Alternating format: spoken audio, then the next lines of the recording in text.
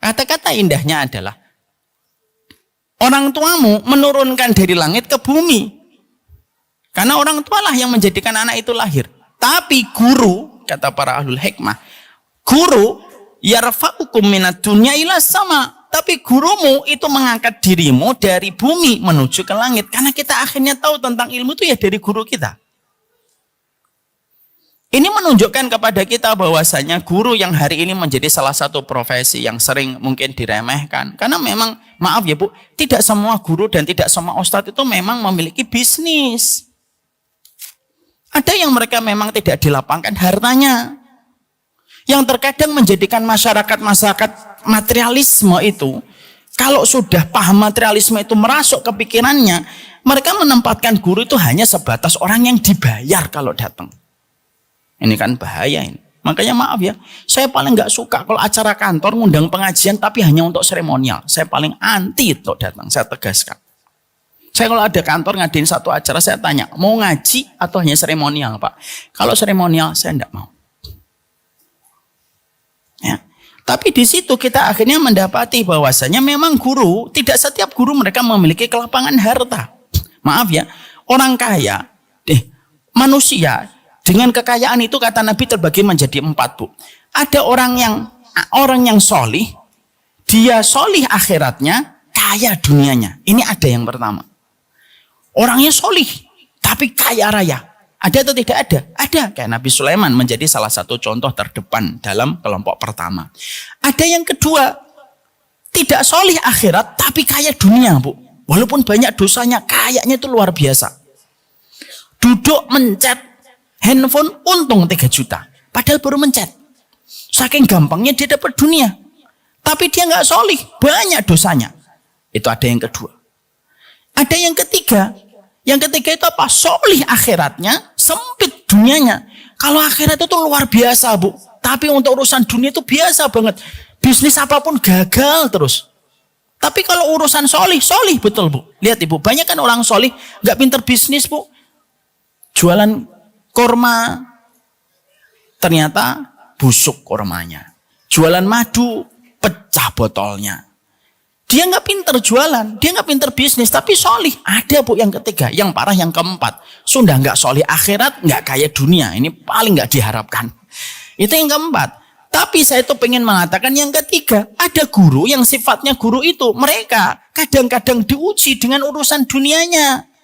Tapi bagaimanapun yang dinamakan guru yang kita harus paham, guru itu yang telah mengajarkan kita, walaupun cuma 1 huruf yang telah diajarkan, maka pada dasarnya dia telah menjelaskan kepada kita urusan akhirat yang bisa. Dengan 1 ilmu itu, kita bisa selamat di urusan akhirat kelak kita nanti. Untuk menunjukkan kepada kita bahwasanya betapa luasnya kehidupan guru dan betapa dahsyatnya kehidupan seorang guru ketika mengajarkan ilmu kepada kita. Makanya Ali bin Abi Thalib itu mengatakan, aku ini adalah budak sahaya bagi siapapun yang mengajarkan aku. Kalau dia memerdekakan aku terima. Kalau dia menjadikan aku budak, aku terima. Kenapa? Aku adalah budak bagi siapapun yang mengajarkan kepadaku. Itu dikatakan oleh Ali bin Abi Thalib untuk menjelaskan kepada kita. Begitulah keutamaan setiap penuntut ilmu ketika dia belajar kepada seorang guru yang telah mengajarkan 1 huruf, 2 huruf, 3 huruf, atau mengajarkan 1, 2 hadis, yang sampai dengan hadis itu akhirnya kita paham dan kita mengerti. Kata Ali bin Abi Thalib, dia adalah majikanku dan aku adalah budaknya. Ini menunjukkan kepada kita bahwasanya arti keberkahan itu salah satunya didapatkan ketika kita memberikan takzim yang terbaik kepada guru kita. Karena hilangnya keberkahan pada kehidupan ilmu hari ini disebabkan ketika kita tidak memiliki sifat takzim, kepatuhan dan akhlak yang baik kepada orang yang mengajarkan ilmu kepada kita. Makanya maaf ya, saya juga menyampaikan, ibu kalau belajar kepada guru, di mana kita diperintahkan untuk memberikan akhlak, ibu harus paham beberapa poin. 1, guru kita itu tidak maksum. Walaupun guru kita tidak maksum dan tidak benar 100% dalam segala perkara, kesalahannya dan ketergelincirannya itu tidak boleh menjadikan kita akhirnya merendahkan guru itu. Karena kita paham kesempurnaan itu dalam ilmu hanya dimiliki oleh Rasulullah dan kesempurnaan ilmu sudah hilang dengan wafatnya Nabi. Kalau ibu belajar kepada guru lalu ibu menuntut kesempurnaan bahwasanya gurunya tidak pernah salah, maaf, sampai ibu mati ibu tidak akan pernah ketemu guru. Makanya poin yang pertama ketika kita diperintahkan untuk takzim, berbuat baik kepada guru, memuliakan mereka, poin yang pertama yang kita harus paham adalah guru itu tidak selamanya benar dalam setiap apapun yang dia sampaikan. Kadang-kadang ada yang salah. Kalau ada yang salah, maka kita diperintahkan untuk tidak mengikuti yang salah, tetapi memuliakan yang benar yang telah disampaikan kepada kita. Siapa bu di atas muka bumi ini yang tidak pernah salah? Selain Rasulullah, tidak ada bu. Oh ibu nanti kalau habis ini rekamannya diputar, mungkin ibu bisa ngelihat, oh ada ini ustadznya salah, ini kurang koma, ini kurang tanda petik, ustadznya kurang panjang nih, ini notasinya ini kurang tinggi. Gitu. Ya kalau kita nyari kesalahan pasti kita akan temu kesalahan. Karena tidak ada yang sempurna. Siapapun guru yang ngajar di Delatinos, mereka itu pasti membawa kesalahan. Kalau kita sebagai murid tidak memiliki akhlak, lalu kita suka menceraikan ilmu kita hanya karena kesalahan satu guru, demi Allah itu kata para ulama, wa ma baqiya man yu'allimukum, tidak ada yang tersisa yang ngajarin kamu kecuali setan. Kenapa? Karena kamu mencari sesuatu yang mustahil yang ada dalam kehidupan. Guru itu tidak 100% salah. Kalau salah, disitulah akhlak kita. Kita benarkan yang salah. Atau kita luruskan dengan cara yang baik, tapi kita hormati apa yang telah diajarkan oleh mereka yang benar. Jangan hanya karena hujan satu hari, melupakan panas satu tahun. Ini yang sering terjadi di masyarakat orang yang ngaji. Dia dapetin satu akhlak dari gurunya, kok tidak sesuai dengan dirinya, langsung gurunya diceraikan. Langsung disikapi dengan permusuhan, ngajak bertengkar. Hanya karena ada satu kesalahan yang mungkin dilakukan oleh sang guru. Saya ambilkan sebuah contoh ibu. Ibu kenal Imam Abu Hanifah atau tidak?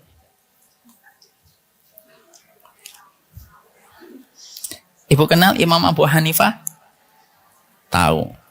Imam Abu Hanifah guru besar atau guru sedang bu? Guru besar. Di dunia atau di Jabodetabek? Di dunia. Kita sepakat Imam Abu Hanifah guru besar. Kita pindahkan dulu pertanyaannya. Saya tanya sama ibu-ibu. Kalau ada perempuan nikah tanpa wali, sah atau tidak sah pernikahannya? Siapa yang mengatakan sah, angkat tangan. Siapa yang mengatakan tidak sah, angkat tangan. Masya Allah. Angkat tangan bu, bukan melambe-lambe. Angkat tangan aja. Melambe-lambe mah ilali kok. Yang mengatakan tidak sah banyak. Contoh, ibu sah atau tidak sah ibu? Menikah tanpa wali ibu? Tidak sah. Oke. Ibu namanya siapa ibu? Apa? Ibu Sinta. Ibu Sinta dari mana? Bekasi atau dari sini? Mengatakan tidak sah. Sekarang saya ngomong sama Ibu Sinta. Imam Abu Hanifah, pernah beliau ditanya, gimana statusnya seorang perempuan yang nikah tanpa wali? Maka Imam Abu Hanifah mengatakan, lil mar'ati tasluhu an tatasarraf fi maliha wa kadzalika tasluhu an tatasarraf fi irdiha. Imam Abu Hanifah berkata, perempuan itu boleh mengelola hartanya segede apapun, miliaran, triliunan, dia boleh mengelola hartanya. Dia jual beli sah atau tidak sah perempuan? Perempuan beli mobil harga 2 miliar, sah atau tidak sah? Sah. Karena perempuan boleh mengelola hartanya, maka dia boleh mengelola sendiri kehormatannya. Dari dalil itu, Imam Abu Hanifah berkata, seorang perempuan boleh menikah tanpa wali. Sekarang nikah tanpa wali boleh atau tidak boleh? Apa ibu? Sekarang boleh. Cepat sekali bu berubah. Imam Abu Hanifah mengatakan boleh. Sudah sepakat di sini Imam Abu Hanifah boleh. Tapi Ibu Sinta dengerin lagi. Ada hadis Nabi bu. Hadis Nabi mengatakan, ayyuma imro'atin nakahat bighairi idni waliha fanikahu batilun batilun batilun. Perempuan mana saja yang nikah tanpa wali, pernikahannya batal, batal, batal, batal. Itu yang mengatakan Rasulullah dan hadisnya sahih. Sekarang boleh atau tidak boleh? Boleh atau tidak boleh? Loh, nggak boleh lagi berubah. Sekarang boleh atau tidak boleh? Mana yang kita dahulukan, Imam Abu Hanifah atau Rasulullah? Rasulullah. Tapi boleh nggak kita mengatakan Imam Abu Hanifah itu bodoh? Nggak sunnah. Kesalahan Imam Abu Hanifah satu hadis itu tidak disengaja beliau. Karena beliau datangnya dari Kufah. Kufah itu banyak pemalsu hadis. Karena Kufah itu banyak pemalsu hadis, akhirnya Imam Abu Hanifah banyak memakai kias, pakai dalil akal.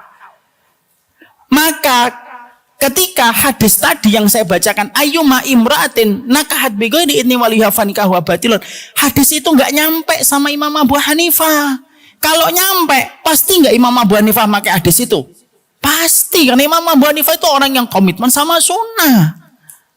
Apa pelajaran yang saya ambil di sini? Kadang-kadang guru, kalau Imam Abu Hanifah aja bisa jatuh dalam kesalahan, lu apalagi cuma Umar Mita. Makanya akhlak kepada guru, kalau menunggu gurunya sempurna dulu, yang ibu mungkin sampai meninggal dunia tidak akan pernah bisa memberikan akhlak sama guru. Kenapa? Guru tetap membawa kesalahan, karena fitrahnya manusia itu tetap melakukan kesalahan.